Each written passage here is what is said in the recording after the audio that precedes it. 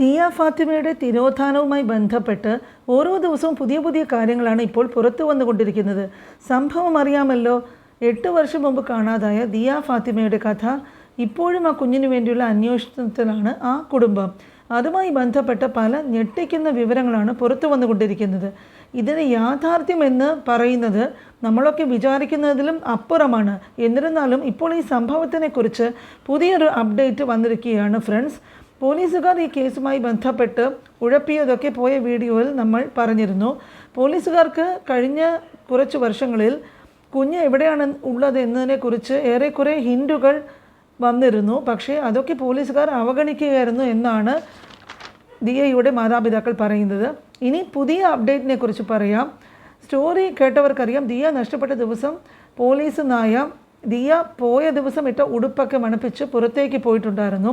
അങ്ങനെ പോയ പോലീസ് നായ നേരെ പോയത് വെറും 50 മീറ്റർ മാത്രം ദൂരെയുള്ള ഒരു വീട്ടിലേക്കായിരുന്നു.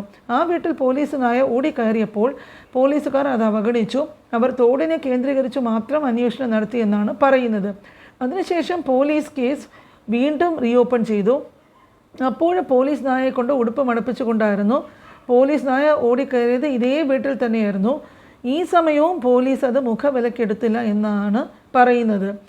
ഇത്തവണ പോലീസ് നായ 2 തവണ മൊത്തത്തിൽ അവിടെ സൂചന കൊടുത്തിരുന്നു. 2 കൊല്ലവുമായി ഇതുമായി ബന്ധപ്പെട്ട് ജുനൈദ് നമ്പിലത്ത് എന്ന് പറയുന്ന ഒരു പയ്യൻ ഇതിന് പിന്നാലെ ആയിരുന്നു. പുള്ളിക്കാരൻ 2ാമത് തവണ പോലീസ് നായ കയറി ചെല്ലുമ്പോൾ അവിടെ ഉണ്ടായിരുന്നു. പുള്ളിക്കാരൻ സ്വന്തം രീതിയിൽ അന്വേഷണം തുടർന്നുകൊണ്ടിരുന്നു. ആദ്യം ആ പയ്യൻ വീടുമായി കേന്ദ്രീകരിച്ച് അന്വേഷണം നടത്തുന്നതിന് മുമ്പേ ദിയയുടെ അയൽവാസികളെ കേന്ദ്രീകരിച്ചായിരുന്നു അന്വേഷണം നടത്തിയിരുന്നത്. അങ്ങനെയുള്ള അന്വേഷണത്തിൽ പുള്ളിക്കാരന് മനസ്സിലാക്കാൻ സാധിക്കുന്നത് ഞെട്ടിക്കുന്ന കാര്യങ്ങളായിരുന്നു. ഒരു അയൽവാസിയുടെ അനുഭവത്തെക്കുറിച്ചാണ് പുള്ളിക്കാരൻ പറയുന്നത്. കുഞ്ഞിനെ കാണാതായപ്പോൾ ദിയയുടെ വീട്ടുകാർ അയൽവാസിയുടെ വീട്ടിലേക്ക് പോയി കുഞ്ഞിനെ തിരഞ്ഞോട്ടെ എന്ന് പറഞ്ഞപ്പോൾ അയൽവാസി പറഞ്ഞത്, ഞങ്ങളിവിടെ കുഞ്ഞിനെ ഒളിപ്പിച്ചിട്ട് വെച്ചിട്ടൊന്നുമില്ല എന്ന് പറഞ്ഞ് തട്ടിക്കയറുകയായിരുന്നു. അങ്ങനെ തട്ടിക്കയറേണ്ട യാതൊരു ആവശ്യവുമില്ല. കാരണം ഒരു കുഞ്ഞിനെ കാണാതായാൽ ആരും ചോദിക്കുന്ന ചോദ്യമാണ് സാധാരണ വീട്ടുകാർ ചോദിച്ചുള്ളൂ. അതിനർത്ഥം അവർ എന്തോ മറയ്ക്കാൻ ശ്രമിക്കുന്നു എന്നാണ്.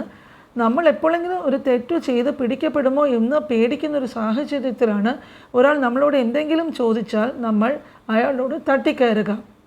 അപ്പോൾ സംതിങ് ഈസ് ഫിഷി. ഇത് കഴിഞ്ഞ് കുറേ വർഷം ഇവർ ദിയയുടെ ഫാമിലിയോട് മിണ്ടിയിട്ടേ ഇല്ല. എന്തിനു മിണ്ടാതിരിക്കണം? അവിടെയും ഒരു ദുരൂഹതയുണ്ട്.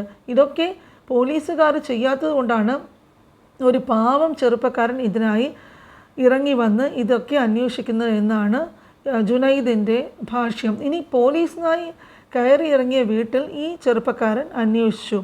ആ വീട്ടിൽ ഒരു സ്ത്രീയാണ് കഴിയുന്നത്. അനാഥാലയത്തിൽ വർക്ക് ചെയ്യുന്ന ഒരു സ്ത്രീയാണിത്. ആദ്യമൊക്കെ വല്ലപ്പോഴുമെങ്കിലും ആ വീട്ടിൽ ആ സ്ത്രീ വന്നു പോയിട്ടുണ്ടായിരുന്നുള്ളൂ. ഇപ്പോൾ സ്ഥിര താമസമുണ്ട്. അവരറിയാതെ ഈ ചെറുപ്പക്കാരൻ അവരെപ്പറ്റി കുറേ കാര്യങ്ങൾ അന്വേഷിച്ച് കണ്ടുപിടിച്ചു. ഒരുപക്ഷെ ഈ സ്ത്രീ അനാഥാലയത്തിൽ വർക്ക് ചെയ്യുന്നത് കൊണ്ട് കുഞ്ഞിനെ കൊടുത്താൽ ഈ സ്ത്രീക്ക് വേണ്ട സഹായങ്ങളൊക്കെ ചെയ്ത് കൊടുക്കുമെന്നുള്ള സംശയവും ഇല്ലെങ്കിൽ പൈസയ്ക്ക് വേണ്ടിയിട്ടുമൊക്കെയാണ് ഇതൊക്കെ ചെയ്തിരിക്കാമെന്നും ജുനൈദ് ഒരു സംശയം പ്രകടിപ്പിക്കുന്നുണ്ട്. ഇതിനെ കൂടെ വളരെ ഇമ്പോർട്ടൻ്റ് ആയിട്ടുള്ളൊരു കാര്യവും ജുനൈദ് പറയുന്നു. കുട്ടി നഷ്ടപ്പെടുന്നതിന് മുമ്പ് ഈ സ്ത്രീ ഇടയ്ക്കിടെ ദിയയുടെ വീട്ടിൽ വന്ന് പോകാറുണ്ടായിരുന്നു. പക്ഷേ കുഞ്ഞ് നഷ്ടപ്പെട്ടതിന് ശേഷം ഇതേവരെ ഈ സ്ത്രീ ദിയയുടെ വീട്ടിൽ വന്നിട്ടേ ഇല്ല എന്നാണ് ജുനൈദ് പറയുന്നത്. എന്തായിരിക്കും ഇതിന് കാരണം? അതും ന്യായമായും സംശയിക്കേണ്ട ഒരു കാര്യം തന്നെയാണ്. ജുനൈദ് മനസ്സിലാക്കിയിട്ടുള്ള ഒരു സത്യം, ദിയ ഫാത്തിമ ഇപ്പോഴും ജീവിച്ചിരിപ്പുണ്ട്. തിരിച്ചു കിട്ടണമെങ്കിൽ നിയമസഹായത്തിൻ്റെ ആവശ്യവുമുണ്ട്. പോലീസുകാരുടെ സഹായവും അതിനു വേണ്ടിയിട്ട് ആവശ്യമാണ്. അതിനുവേണ്ടി ജുനൈദ് നിരന്തരം ഇതുപോലെ സോഷ്യൽ മീഡിയയിൽ വരുന്നു. ഒന്ന് ഉറപ്പാണ്, ഉറപ്പായിട്ടും ഒരു ദിവസം അല്ലെങ്കിൽ ഒരു ദിവസം ദിയ ഫാത്തിമയെ തിരിച്ചു കിട്ടുക തന്നെ ചെയ്യും.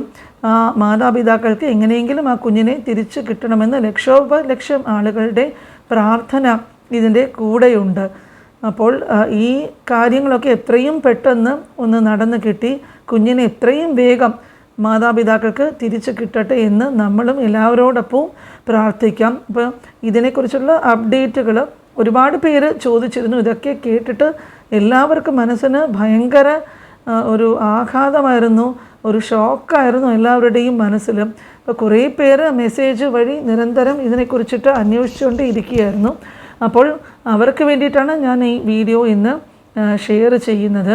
അപ്പോൾ തുടർന്നും ഇതിനെക്കുറിച്ചിട്ടുള്ള എന്തെങ്കിലും അപ്ഡേറ്റ്സ് വരികയാണെങ്കിൽ തീർച്ചയായിട്ടും എനിക്കറിയാവുന്ന വിവരങ്ങൾ ഞാൻ നിങ്ങളുമായിട്ട് ഷെയർ ചെയ്യാം. അപ്പോൾ വീഡിയോ ഇത് കാണാത്ത കൂട്ടുകാരൊക്കെ ഉണ്ടെങ്കിൽ അവരുമായിട്ടും ഇത് ഷെയർ ചെയ്യുക. അപ്പോൾ എല്ലാവരുടെയും പ്രാർത്ഥനയോടുകൂടി എത്രയും വേഗം കുഞ്ഞിന് തിരിച്ച് ബാപ്പ ഉമ്മായ്ക്ക് അടുത്ത് തന്നെ കുഞ്ഞ് ചെല്ലാൻ ഇടവരട്ടെ. അള്ളാഹു അതിന് അനുഗ്രഹിക്കട്ടെ. ഇന്ന് ഇതോടുകൂടി ഈ വീഡിയോ ഇവിടെ അവസാനിപ്പിക്കുകയാണ്. തുടർന്നും അടുത്ത വീഡിയോയിൽ നിങ്ങളെ കാണുന്നത് വരെ എല്ലാവർക്കും നമസ്കാരം.